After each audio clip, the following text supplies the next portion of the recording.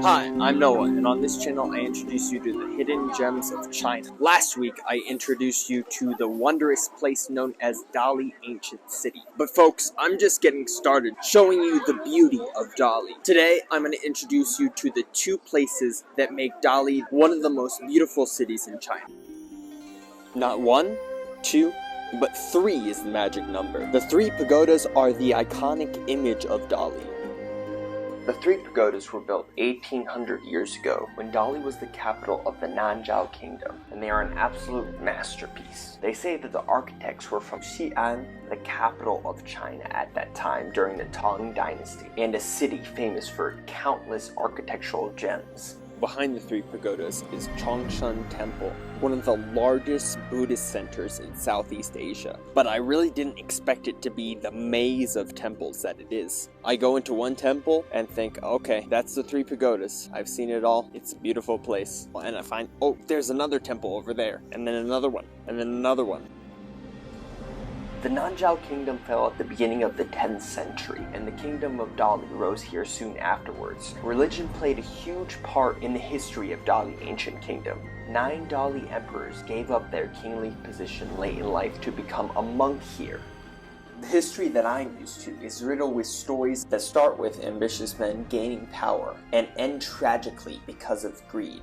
It's really refreshing to learn a different history in a different place. Everyone loves Dali. It has everything you'd want in an old Chinese city. A deep past, a rich culture, and an unbelievable natural setting. The three pagodas and Chongsheng Temple are the crown jewel that resembles it all. Everything about this place carries a grand presence. The space of the venue and the temples themselves are just huge, and from here you're able to get gorgeous views of the ancient city on one side and Cangshan on the other. I'm not exaggerating when I say that this is the most beautiful temple I visited in China. Throughout my stay in Dali, there's been one place that's piqued my curiosity and seems to follow me everywhere I go. That would be the gorgeous Cangshan. These picturesque mountains always seem to be surrounded by a kind of eerie-looking White Walker fog you'd find in Game of Thrones. I just had to uncover the mystery behind it, hopefully without running into any ice dragons. To get up the mountain, I opted for the cable car. Well, I'm not sure if you can call it that. It's more like a super long amusement park ride. That cable car must have been 20 or 30 years old. In total, the entire experience took half an hour, but I was dangling on the edge there. It's definitely really cool to be one with nature on the way up the mountain. At the same time, being able to hear the New Year's firecrackers crackling down below.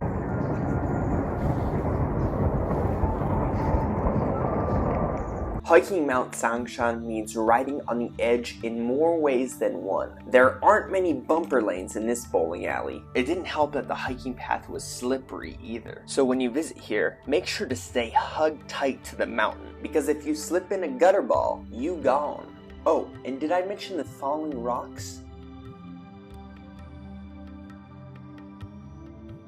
Dali is said to be so beautiful because it captures the 4 famous scenes known in Chinese culture: wind, snow, flowers, and moon. Snow is supposed to be the most beautiful of them all, and I have to say it definitely lives up to the reputation. Unfortunately, most of the snow on top of the mountain has melted, but there are some areas where you can just see this still mountain covered in white, nothing moving.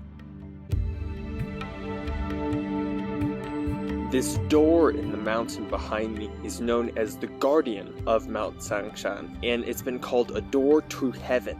I'm just waiting for Gandalf to come out from around the corner and initiate me in some kind of grand Lord of the Rings adventure. Unfortunately, I never ran into Gandalf. But still, in Dali, there's some awe-inspiring view awaiting you in every corner. From the authentic charm of Shizhou, the gorgeous views of the Erhai Lake, the spectacular Dali Ancient City, the jaw-dropping 3 pagodas, to the alluring mountains overlooking it all. I now fully understand the charm of Dali.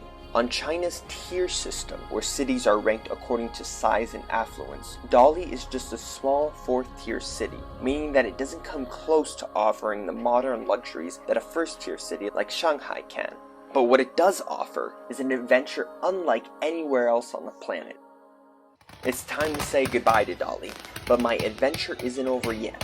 Next week on my 2022 Yunnan tour, I'm off to one of the most underrated ancient towns in all of China, Shaxi. I'll see y'all for the next great China adventure.